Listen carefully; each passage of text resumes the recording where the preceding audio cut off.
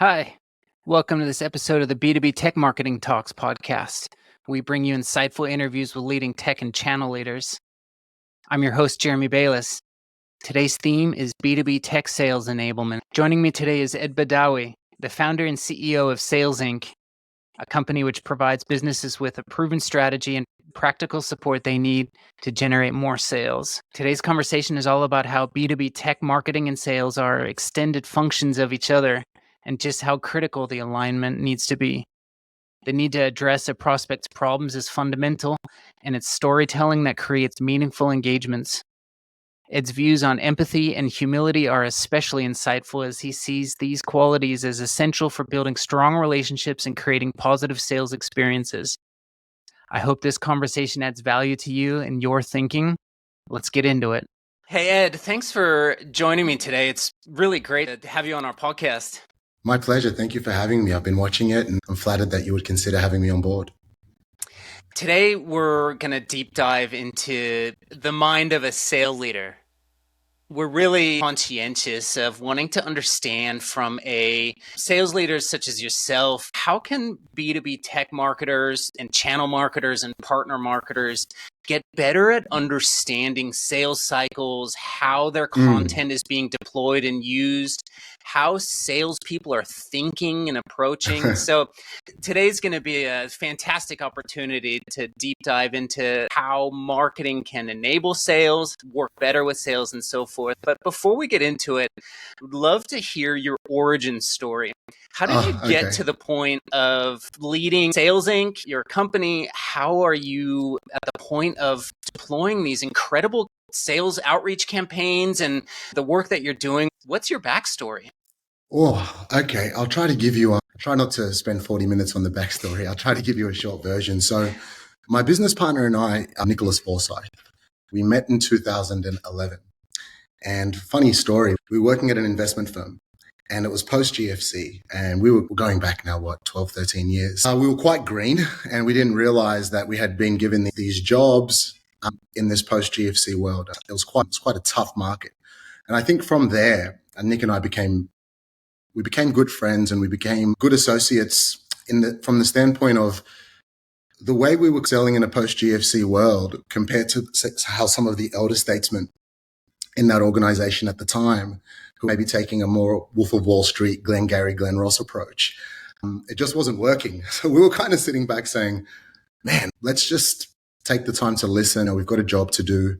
And can we still be impactful as salespeople in 2010, 2011, speaking to all these people who had been burnt? And we had a really customer-centric approach that just came naturally to us. And from that, we had a lot of success and we built a strong connection and a strong bond. So fast forward a few years and you get to that point where, you're doing well professionally and you say, okay, I want to do my own thing now. So Nick went out and started an investment firm and I started a property investment firm. And Nick's firm was selling research and funds to investors. And he said, hey, Ed, I've got this great solution.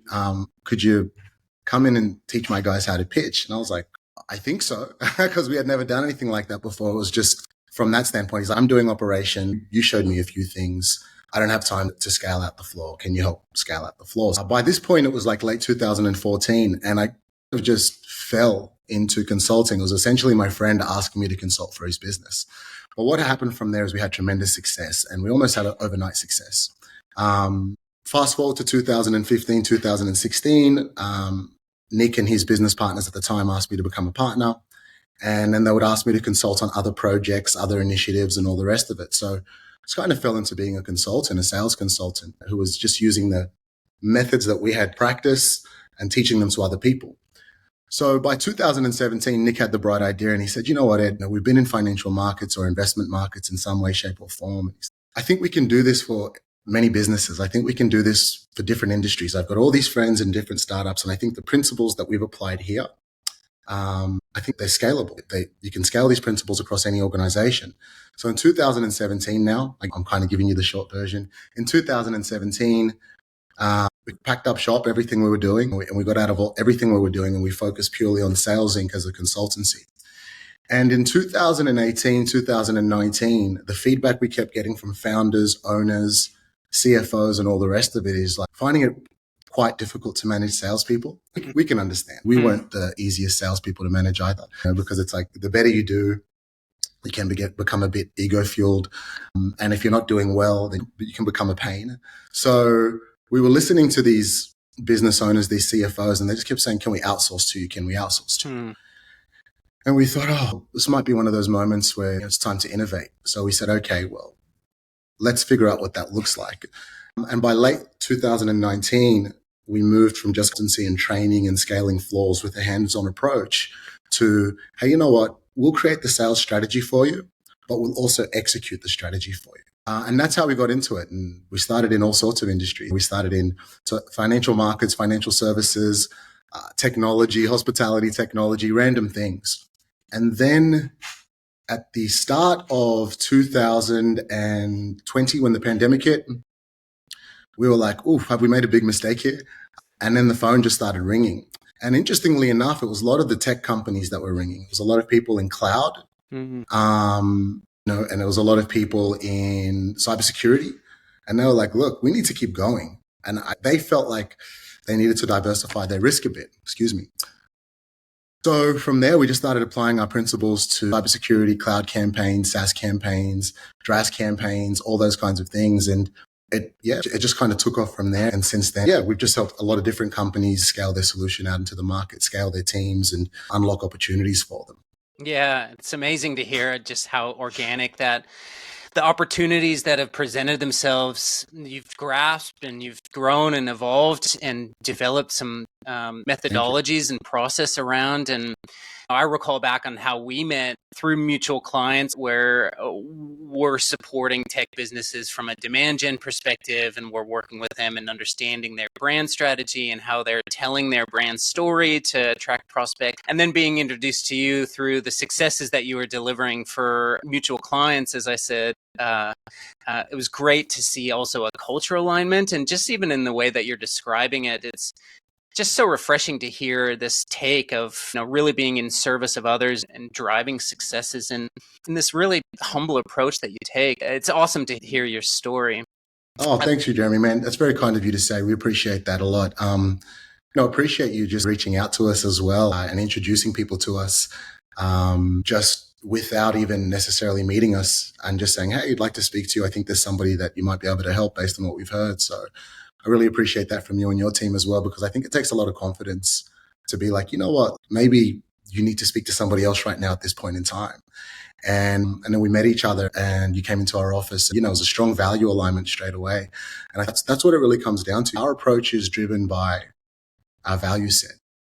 Business is tough. Sales is tough. Sales is notoriously an unscrupulous industry. It's got a bad reputation. And we've got a business called Sales Inc. So I think the first thing that when you hear that name, it's quite polarizing. Right? So straight away, we're always met with this, like, this could really not be the right decision to engage with these people. And we own that. And I think the big difference for us is having those values. And I think when we first met, it's really nice meeting different marketers and sales companies who've got strong values like yourself. And that's where it all comes from for us. I want to actually kick off with something you just mentioned and talk about those challenges. Sales is tough, and many marketers more broadly, but in the context of this podcast, many tech marketers or B2B tech guys, they're often not exposed to the day-to-day of what salespeople face. They don't particularly know or understand the pressures or the challenges or maybe the stress that the individuals have to carry in order to meet targets. Could you tell me a little bit more about that for those who are doing marketing without being exposed to the sales team's day-to-day lives? Yeah, I can. This is a good way to put it. Right? This is what we always say to our guys when they come in, because all of our team is onshore. And the reality is this is what we say. And I think this will paint a picture for the marketers. If you're a fantastic salesperson, like if you're an absolute gun, if you're a weapon and you unlock 10 relationships, if you're really good, if you're really fantastic, you're going to face an 80% rejection rate. So it's brutal even on a good day. Nobody likes getting rejected once, let alone 8 times. And 8 times is, oh, you did a great job. If you get rejected 9 out of 10 times, you did a good job. You know what I mean? If you're getting 1 out of 15, let's say your conversion rate's around that mark, you're doing okay. You're hanging in there. You know what I mean? If you're a 1 out of 20 kind of rep, we might need to tighten up. So the first thing is, sales reps are expected to write business. They're expected to unlock relationships. They're expected to sell a solution. But the way you've got to look at it is, the rejection is inevitable. If you're absolutely wonderful, fantastic, got the best product in the market, let's say, you're still going to eat a lot of dirt, as we say around here. So I think for that reason, sales professionals, especially the modern day sales professional, should be treating sales as a sport, because it's a tough climate. But what's the beautiful side of that is that once you figure it out, the upside to that is unlocked. You can uncap your earnings, you build all these tremendous relationships. You actually get to help people directly if you're going about it the right way. So it can be extremely rewarding. But just like doing a marathon, you'll be exhausted at the end of it, whether you do a good time or not. It's taxing. And I think if marketers can understand that and really have a bit of empathy for that, I think then all of a sudden, in my experience, generally speaking, the sales professional feels a little bit more loved, a little bit more understood. We all have to feel a little bit more understood. And that's the first thing.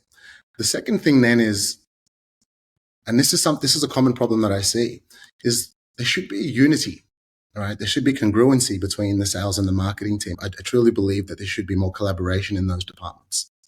And the message that is created, let's say, just to use some everyday terms, the message that is introduced at the top of the funnel, you need to be conscious of then, okay, what are we then, how is that going to translate to the bottom of the funnel when these guys are closing? Because ultimately as well, the marketing people, the marketing professionals, you want to be able to say, hey, we generated that lead from this campaign and it resulted in that deal from that particular individual.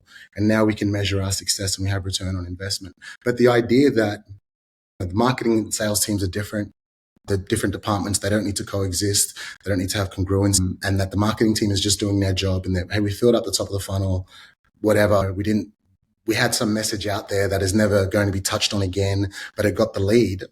It's okay, cool, but you need to really consider who's going to now be managing that relationship,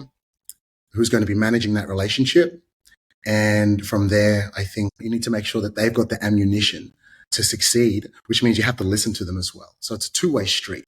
And I think that's not really happening often, in my opinion. What do you think? Are you seeing it? Yeah, look, I agree. And I think that there's a tradition there that needs to stop, that somehow the two departments are adversarial with each other, or somehow are at odds with each other. And I understand how this has occurred over time within companies, but I also agree with you that the future of high functioning, high performing businesses means complete alignment from end to end.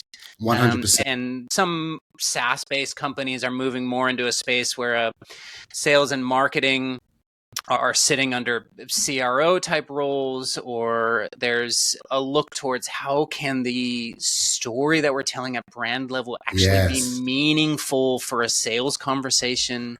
And that's something you just mentioned that I'd like to dive into even deeper, because it's something we're very cognizant of from a strategy perspective at value proposition level of what does a company stand for, and what is it actually solving, and how is it not competing on features and benefits to the end user, but how is it actually solving business problems, and how does that translate into a sales conversation that potentially gets lost at a marketer's level, because they're thinking about the market as a whole and looking to go out and source leads or prospects or demand, and they're then trying to look to understand how to convert it into for sales team conversations. But yeah, tell me a bit more about how you see that. What would be a potential way, or how can a marketer understand what is actually meaningful in a sales conversation? What's taking place in those conversations that marketers would be unaware of?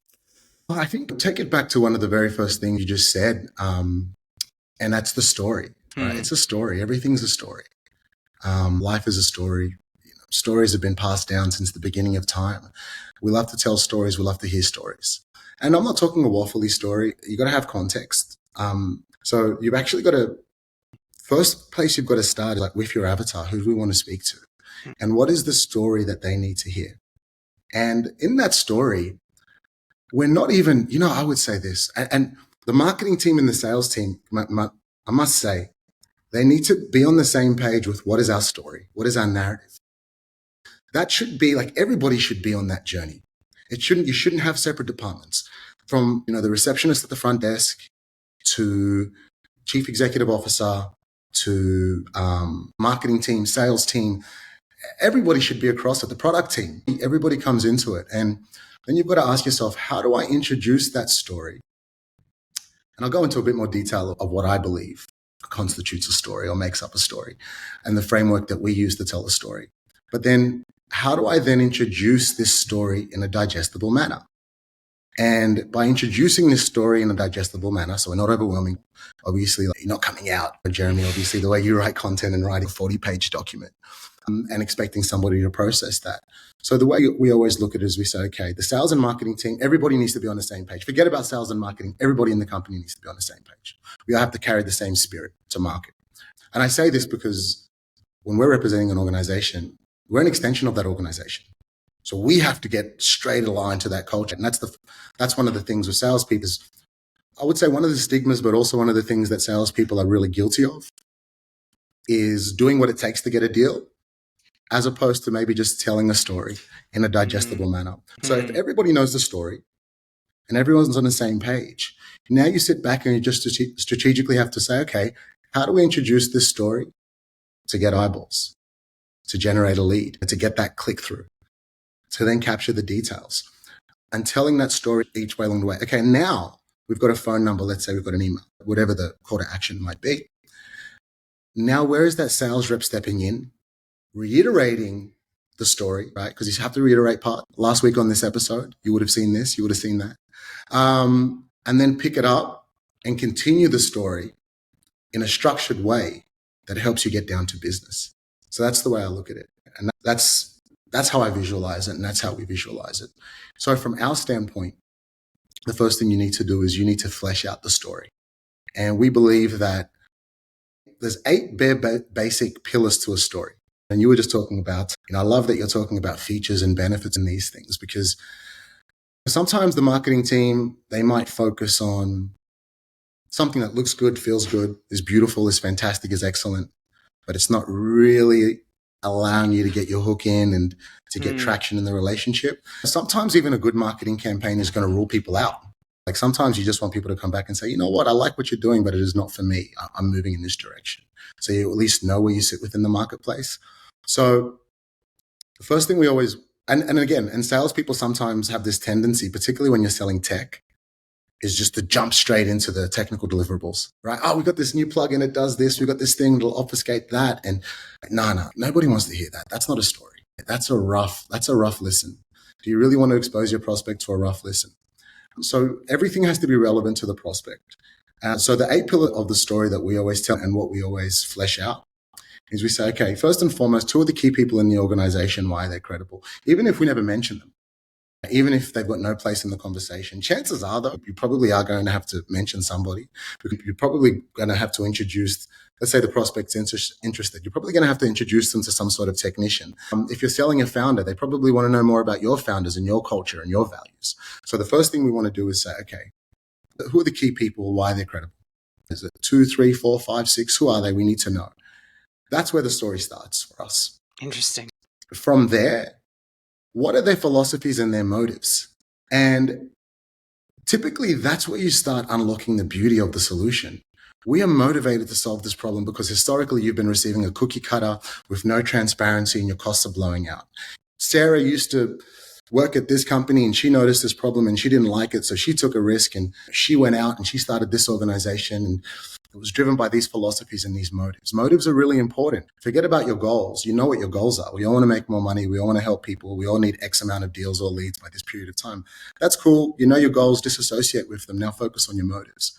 We always say that if you're driving your car and you see a hitchhiker holding up a sign, you're like, I don't know if I want to pick that person up. But if you see somebody pushing their car up the street I think we've all pulled over and helped somebody push their car up the street or help somebody change their tire because you know what they're trying to achieve. So when we know what somebody wants to achieve, we're like, let me help you. Let me help you as best as I can. I like that. You have a noble motive. Even if I don't want to do anything with you, I might be able to refer you to somebody or whatever. And when you start sharing those motives, now you actually have more sustainability in your marketing campaigns and you have more sustainability in your sales culture. So once you establish those things, then we tend to move on. Okay, so what is now the problem that you solve? Let's get into that. So we understand your philosophies and your motives. What problem are you solving? And typically problem solving, generally speaking, falls into maybe 3 or 4 categories. It's an economic problem. So we can get you a better return. We can get you a return on investment. We can save you money. Maybe it's an efficiency story as well, because a lot of the professionals that I think we have to understand as well, particularly in tech, a lot of the professionals that we're speaking to, they're busy, they're smashed, right? They've got a lot on their plate. And quite often they don't have a lot of resources because they're also misunderstood. So you've got to really be clear about the problem you're solving for that particular individual and let them know this is the problem that we're going to solve. And if it's an efficiency problem for you, we're going to create that bandwidth for you. If it's an economic problem, we'll create it. And the last thing I was going to say is compliance. Usually it might fall into compliance. So be clear about we're going to solve these problems. Don't go into the technical deliverables, but be super clear. I was going to jump in on this particular point because I'm fascinated by this and also live and breathe this every day as well. The instances where you're selling into people who may not be aware of that problem, and yet you're trying to talk about the fact that they have a problem. Or conversely, they don't understand necessarily that they should be looking to resolve something because they've accepted it and therefore are unable to maybe perceive the value of the product or service as a result. And how do you deal with those types of scenarios? Okay, so if we're talking about an economic problem, an efficiency problem, a compliance problem, if they're real problems, they actually are creating a level of emotional discomfort. But like a lot of problems we might have, we become accustomed to just dealing with them. It's just another day. This is my life. This is my world. I'm going into the office. I've got no help. I've got no resources. Oh, we're losing money on this department, or it's not making money, or that's just expensive. I just accept that for what it is. So there's a problem. How does that problem impact that decision maker day to day? So I'll give you an example. Might be a lot of people using tape drive, a lot of IT professionals using tape drive at the moment. Like, I'm comfortable with tape drive, it's fine. Well, you don't want to move to the cloud, let's say, for whatever reason, say, yeah. Okay, cool. You can sit there and talk about the problem with tape all day, but what is it like to have to wake up every single day? For example, nothing against tape, by the way. Tape is cool. Just an example. We love tape. Yeah. What's it like? So we might say, hey, mate, like, how's it going? Are you still changing those tapes every day? Like, and they're like, you know what, I am. And that's just a very micro example. But it's like, how is that problem impacting that person? Mate, I'm guessing you're pretty stretched and that you're probably working with legacy software and you've got a very small budget. Does that sound about right? So now all of a sudden, we've actually made a human connection. So if you want to touch on a problem, touch on how that problem is actually not just impacting that business, but how is it impacting that particular professional who you are going to speak to and build a relationship with. And I think from there, once you hear that sigh of, oh yeah, I'm tired of doing this, or I'm tired of doing that, or mate, what's new? It's always been like this. And you start hearing that human side. Now, all of a sudden, it's a lot easier to be like, let me tell you something. You know what I mean? That's what we always look for. What is the human problem that you're solving? So now this the whole podcast could effectively be about this topic. This is the real deal right here. I think this is where the volume of experience that you're bringing to this conversation is really enlightening, because having the ability to sit across from someone and understand that you're not just pitching a product or hardware or something, that you're actually looking to understand, as you're, let's use a sales term, as you're looking to qualify this person, you're looking to understand in what ways can we build this connection such that person's going to open up and tell me and trust me to tell me about their actual problems. It feels like you're at that point not really selling, you're helping them solve. at that point you're advising, right? Yeah, for sure. Absolutely. You have to be a physician of sorts, right? And I know that sounds super cliche and lame, but you have to be in this day and age. I told you that. So when we came in, and this is why I tell the story about 2010, being investment advisors in a post GFC world in which people were burnt, man. People were jaded. People lost a lot of money. They lost a lot of their fortune. They spent a lot of time trying to accumulate wealth just to give it back by what seemed to be like almost an overnight event. So it's like, we went in with this mentality. We're talking to actual people. Okay, yeah, we know what our goal is, but we're talking to people. Let's listen to them. What are they going through? Because even if somebody is jaded and having a bad time, we all want to get better. So, and I think that's one of the cool things, particularly when selling in the Australian market. And I know you work across many markets, as do we, but particularly in the Australian market, people will hear you out if you treat them with respect and actually make a connection with them. And that's why we always start with, who are you? Who are the key people? Who's driving this business? What are your philosophies and motives? There's this common problem that we found, because we used to be in your position, that actually kind of makes work suck and makes life suck and makes things a little bit more anxious. Write it from that perspective, because we do write email campaigns to databases. Write it from that perspective of, I'm telling a story that maybe you can relate to. And if they can't relate to that story, if they do not have these problems, if they are not suffering, if they are super happy with what they're doing, move on. Collect the data, find out where they're at, maybe who they're using, what is making them happy. Collect that and information and say thank you and move on. And I think when we talk about sustainability in selling, one thing we always say is you at least want to get the thank you. But if you're not listening, if you're not trying to solve a problem and you're just trying to push your agenda, people are just going to hang up on you. People are not going to want to take your call. And those marketing efforts then go to waste. So yeah, I think you're 100%. You need to really think about the problem you're solving for that individual. And it's funny because we've all been in a cell where it's, okay, I've got my evangelist. He might be, let's say, the IT manager, but he might not have final say. I've got to sell the CFO. But the CFO's got a whole different set of problems. He doesn't care about you holding a bunch of tape, for example. The CFO cares about, is that stuff going to save me money over the next 12 months? Am I going to look good in my job? So the narrative, or the part of the narrative that appeals to the IT manager, the evangelist, is not going to be the same narrative that appeals to the CFO. So we all need to be cognizant of different things are going to appeal to different people. Different people are going to have to come on the journey. And every person on that journey, you need to solve that individual's problem. Now, if there's 4 or 5 people on that panel and you've touched on the 4 or 5 problems that you're solving and 3 out of 5 people are like that, now, great, you're winning. And now the next organization that comes in, the meeting that comes in after you, the 2 o'clock, you've just done the 1 o'clock. And they're not really selling from the perspective of, I'm solving your problems, even if they have a better feature set, even if they've been around longer. Who do you think they're going to go with? So it's a patient approach. I think it's an orthodox approach, but it might be considered unorthodox.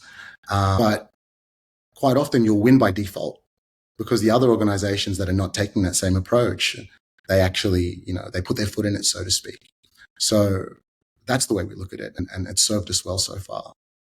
You mentioned content there. I'd love to pick your brain about what ways is sales using content. We're really moving into a space where the word content or content marketing, it's becoming redundant because it is how an organization as a whole is communicating, in the way that it's presenting itself to market, and the way that you might be communicating to the ASX or media releases, or through to marketing campaigns, through no one sales conversation. This is all content, but it's broken up and siloed out into the different departments. And so oftentimes term sales enablement gets used. How does marketing enable sales?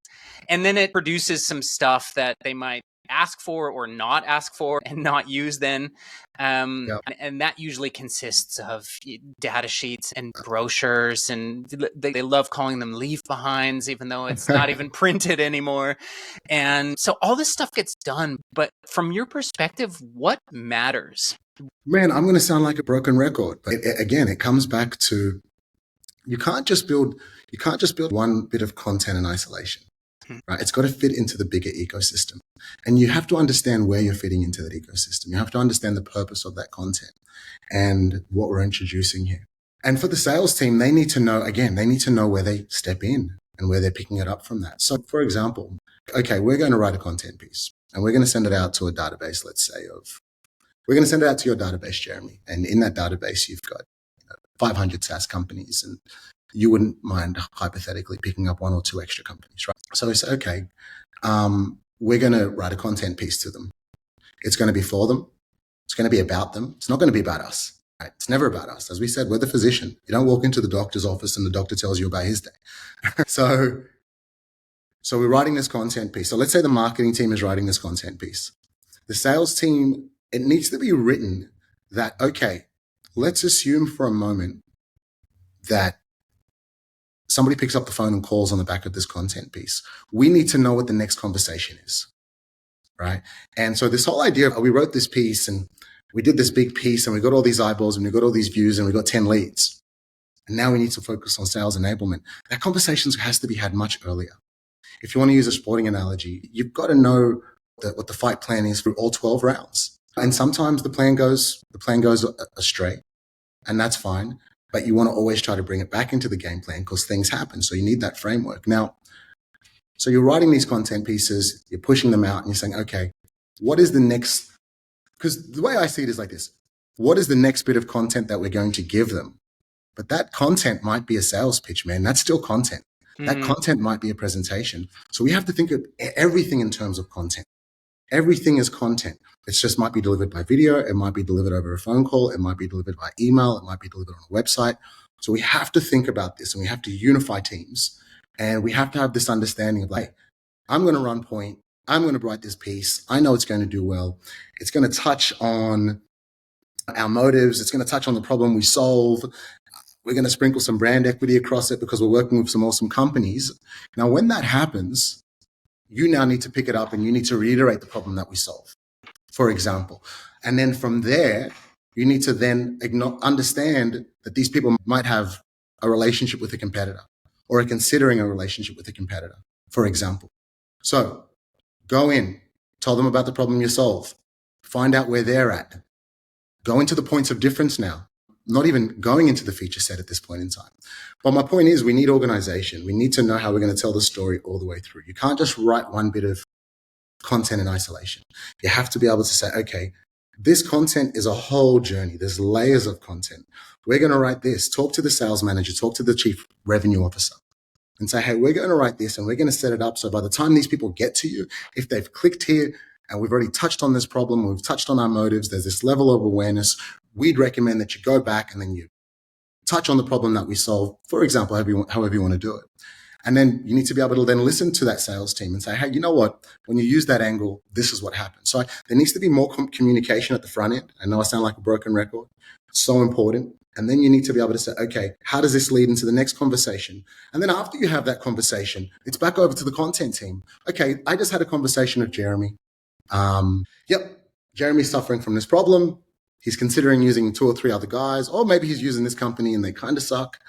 But for that reason, we kind of suck. He thinks we suck as well because he's had a bad experience. We all get tired with the same brush. I want to now, and what's going to then separate us from the competitors or the whatever it might be, is we need to talk about our point of difference. So then you might go back to the marketing team and say, we're going to have this conversation. Obviously, they're not going to do a deal right there on the spot. We need to really inspire them to have a meeting with us. So can you also now write me that point of difference piece? And can you go into the feature set and maybe why our feature sets are different to other organizations' feature sets? So it almost needs to be this game of handball. And you need to be looking at it like that. Because if you look at it from a sales perspective, there's 3 outcomes on a phone call. I'm happy to take the meeting. Maybe I'll take a meeting, but I need a little bit more information. Or can you get the hell away from me? How did you get my phone number? I wish I never left my details. That's that brutal part that we talked about. Yeah. So again, you have to be empathetic to both departments to run it together. And it can't be like, we did our part, now you do your part. It's got to be this, hey, let's handball this thing back and forth and let's drive this all the way down. Even let's drive this all the way down to the initial presentation, because now I've booked the meeting with this person. I've qualified them. I've asked them all the questions. I need to put forward a beautiful deck. Why is a sales guy making a beautiful deck? They're not known for their design work. Send it back to the marketing department now. Hey, I want to touch on these pillars, boom, boom, boom, boom, boom. I want to transition to then some of the clients we worked with. I want to transition to our guarantees and risks. So we have to have this back and forth handball mentality. And you can't look at marketing just that they did their job at the top. Man, the marketing team is right there, even to the proposals you're sending. Have you seen some of the proposals that go out there, Jeremy? They do not look good. They need to go back to the marketing team. They need to go back to the content team. I take it from me. Sales guys are not known for their spelling either. So it's a relationship. It's an ecosystem. We have to get on the same page. And when you do that, here's the best part. The customer has a better experience, right? Because there's congruency in the message. They're now exposed to a thoughtful process. I can also say this to any business owner that is managing a commercial sales team and is managing a marketing team. Is there nothing worse than walking past your sales guy and he's typing emails all day? No, those emails should be pre-built by the content team. So the content team, I believe, is also being underutilized, and they need to come on the journey. They need to come on the journey all the way, and then they need to be getting the feedback as well of how that journey and how that story was told and how it played out. And I don't think that's happening enough. But when it does happen, it's a beautiful experience for everybody. And I find that sales reps then are less likely to burn out because there's framework, there's structure, then there's no more ad hoc. It almost feels like there is a status quo. There's a status quo that, look, man, just hire a sales guy, go figure it out, go do your thing, run around like a headless chalk. And then we wonder why sales guys are leaving companies and changing companies every 12, 18 months. It's brutal. It's tough. It wears down on you. Then your performance suffers. And then every other part of your life tends to suffer once your performance suffers. And then you want to change jobs. You want to move on. So again, take the time to do it properly. Take the time to get everybody on the same page. Yeah, that really resonates with me. And I really see a future here where there's potentially even a breakdown of various success metrics, or what traditionally has been measured as success metrics, because of, I don't know, adversarial relationships or finger pointing. And these things devolve into where on the sales side, it becomes, I just want leads to follow up on. And marketing's, well, if that's our metric, we just had 100 people download our white paper. There's your leads. And the guys are saying, what are these? What am I supposed to do with this? And you downloaded our white paper yesterday. Did you get a chance to read it? Yeah, I'm sure you did. Yeah, but that was your lead. And they get forced into these scenarios. And so what resonates with me is the idea of either side looking across to understand, how are we firstly finding someone who's completely unaware of who we are and what we do, and how to find them in a way that matches our personas that we've built up, or our ideal client profile, and how are we attracting them, and how are we reaching them, and how are we then starting the relationship that you mentioned, and how are we then having conversations and having that story across the board completely aligned. That's the future. I think you're totally right. Yeah, I think that's the way it has to be done. And if for no other reason, you have to do it out of respect for the consumer. Everybody wants consistency. And I think also consistency breeds trust, even if you're consistently bad. And people at least will say, I can at least count on that guy to suck. So you have to be consistent in your message. You have to be consistent in your cadence. You have to be consistent in everything. And you can't segment the business. Like, to me, it just sounds like the two most ridiculous segments of the business to segment. The two departments that are pushing the message to the market. But it's just the way it's been. And I think a lot of that has to do with, I think salespeople are guilty of that. And they're guilty of that because a lot of salespeople will come in for a lot of energy, a lot of hype, and this tremendous resume and all the rest of it. And we all really want the job. I really want the job. Yeah, I can do that, mate. If you give me 10 leads, I'll close 5. Crazy things like that. We've all heard it. And it's just like, I think as business owners, we need to slow down and just be like, that sounds good. That sounds awesome. That gets you hyped. It gets you jacked. Yes, we've got this live wire in here, and we just need to generate leads. Get in the leads and we'll close them. And that's cool. And sometimes you do get those unicorns that come through. But those unicorns, man, they're few and far between, and you can't leverage your success to those unicorns. And then what happens is, and I've been this guy, so is when those unicorns get too much leverage, they're going to use that leverage. They're going to want more money. They're going to want more days off. So even from a business standpoint, by having everybody on the same page and having a culture of adding value, you're actually de-risking your business so much as well, because now everyone's on the same page. And that's how it has to be. So if somebody has a problem, if somebody has an ego, if somebody doesn't want to be there anymore for whatever reason, that's cool. Next person up. Who's next? Who's stepping in? Because we know what our message is. We know what's working. Better yet, we know where it's breaking because we all understand the process. Also, the process. So what happens is we're having that initial conversation. Everybody says the right thing. And then they never want to take our phone call again. Okay, let's assess that part of the process, right? The same way you would have assessed your content piece if it wasn't getting traction. You say, well, what is it about this content piece that we're not getting any leads? Is it the wording? Is it the imagery? Do we need to move that thing to the left of the page, to the right of the page? And we need to be having those conversations across the board as a unit, as a sales and marketing unit. And right now, the sales team's having their chat and they're in their echo chamber. And the sales team's in their echo chamber, right? And it's creating this unnecessary friction and hostility. And now this is where salesing comes into it. It's not even a plug because it's disappointing. But now all of a sudden, I don't want to deal with these sales guys anymore. I don't want to deal with these marketing people anymore. Now it's every day I'm putting out a fire, an internal fire. I can't get my team on the same page. As you said it, there's a lot of finger pointing going on. So what's actually happening is now, I see this all the time, man, is now instead of leading a business, it's like you're leading a clinic, it's like a psychiatrist's clinic because everyone's coming in with their problems. And you're not focused on your vision. Nobody's focused on the motives. Nobody's focused on the philosophies. Nobody's focused on the consumer and the problem that you're solving for that consumer. We haven't even gotten to getting technical deliverables yet, right? We haven't even talked about the cool, innovative things that we've invented or created. And you're putting out those fires. And I really believe a big part of that is due to the finger pointing culture that happens between sales and marketing, but also within sales teams. Because if you have 5 good sales reps, one does really well, one's not going to do well. Everyone in the middle could go either way. And we've all seen that as well. Again, I think whether it's marketing, sales, content, how you're greeting people at the front door, everybody has to be on the same page with the narrative, first and foremost. They have to understand it intimately. They should be able to recite it. Then we need to say, how do we introduce this narrative in a digestible manner to inspire a transaction? Or alternatively, get people to rule themselves out. Right? And if we get people to rule themselves out, the salespeople will be happier as well. So that's the way I look at it, and that's the way we approach it.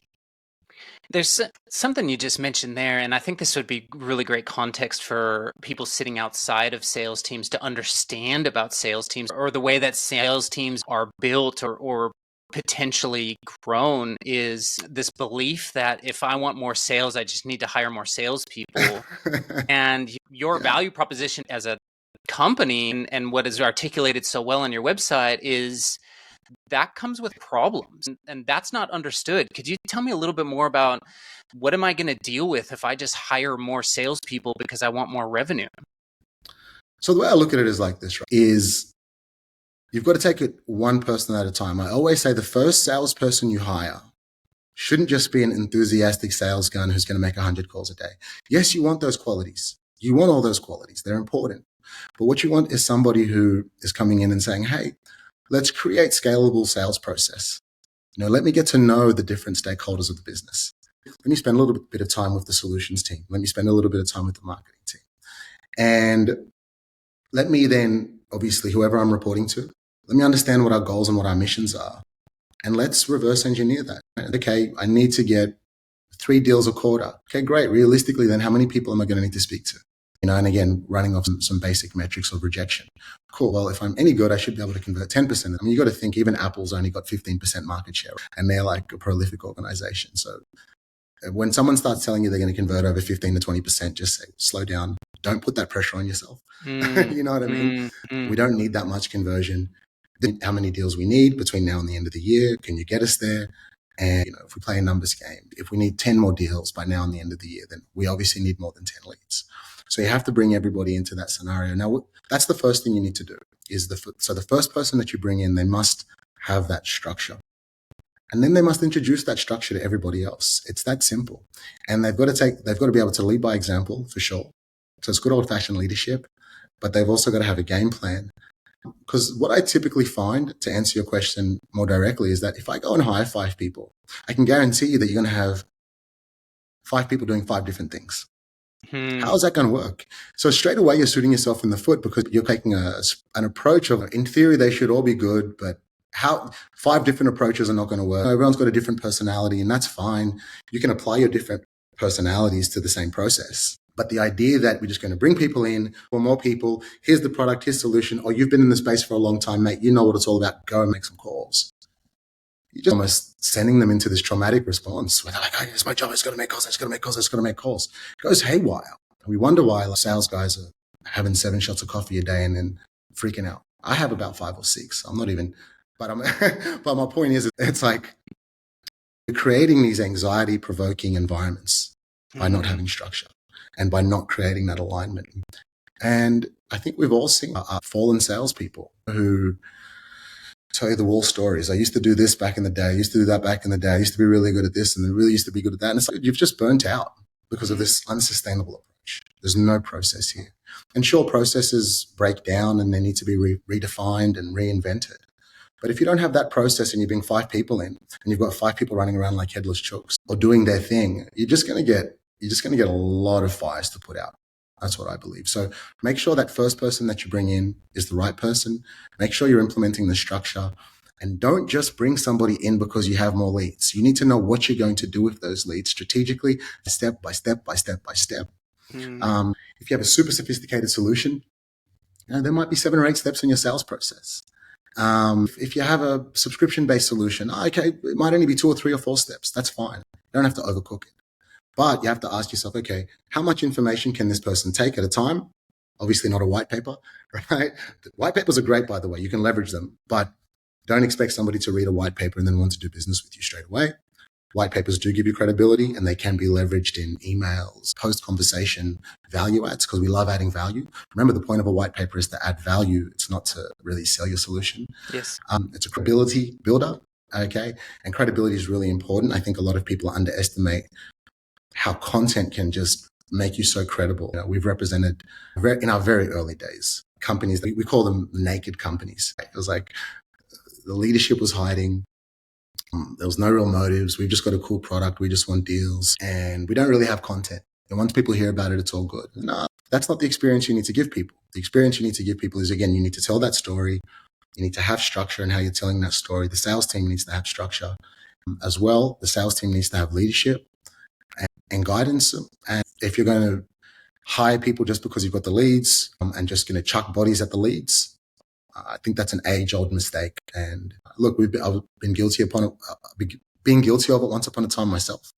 And it's not until like that over and over, no, this is not a good way to scale a business. It's not a good way to scale a sales team. But then what happens as well is then the turnover ensues. So let's say a lot of people also do this thing, Jeremy, in all industries, right, where they say, well, mate, we'll hire 5 people and we'll just cut the bottom 1 or 2. We'll hire 10 people, we'll do a mass recruitment. Dude, how demoralizing is it when you come to your office one day and you sit at your desk and say, oh, where's Tracy? Where's John? Oh, mate, we had to let him go. How unsettling is that? You don't sit there and pump your fist that you've made it to another round like Survivor. You sit there and you say, shit, we got a culture of turnover here. Next thing you know, people are like, they're letting people go. I might need to jump on Seek. I might need to jump on that job ad website. I might need to hit up my old colleague from my other company on LinkedIn. And you start seeing the interesting behavior. Now, all of a sudden, that 1-hour lunch break turns into a 2-hour lunch break because that person is anxious because you've got a very average culture, trying not to swear.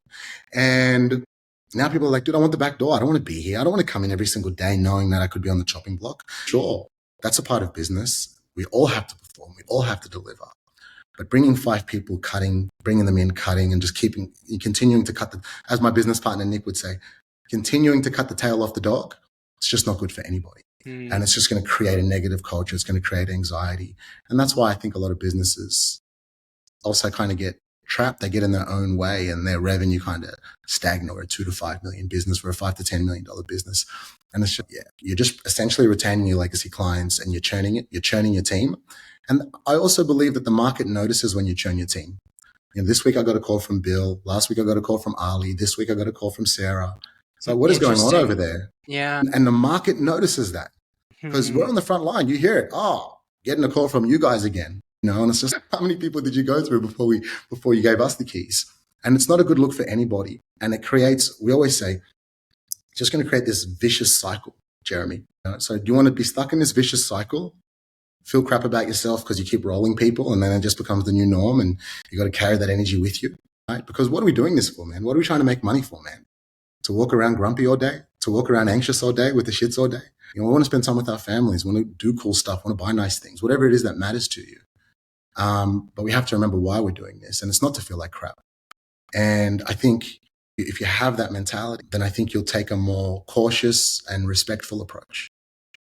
These are very wise words. I deeply appreciate everything that you've been talking about. I think there's so much to take away here. And I think the most important message here really is one of empathy and humility on individuals who are working together to look to better understand how are they unifying towards a collective mission. And I feel in the way that you've described the future of business and high performance, that's going to be absolutely critical.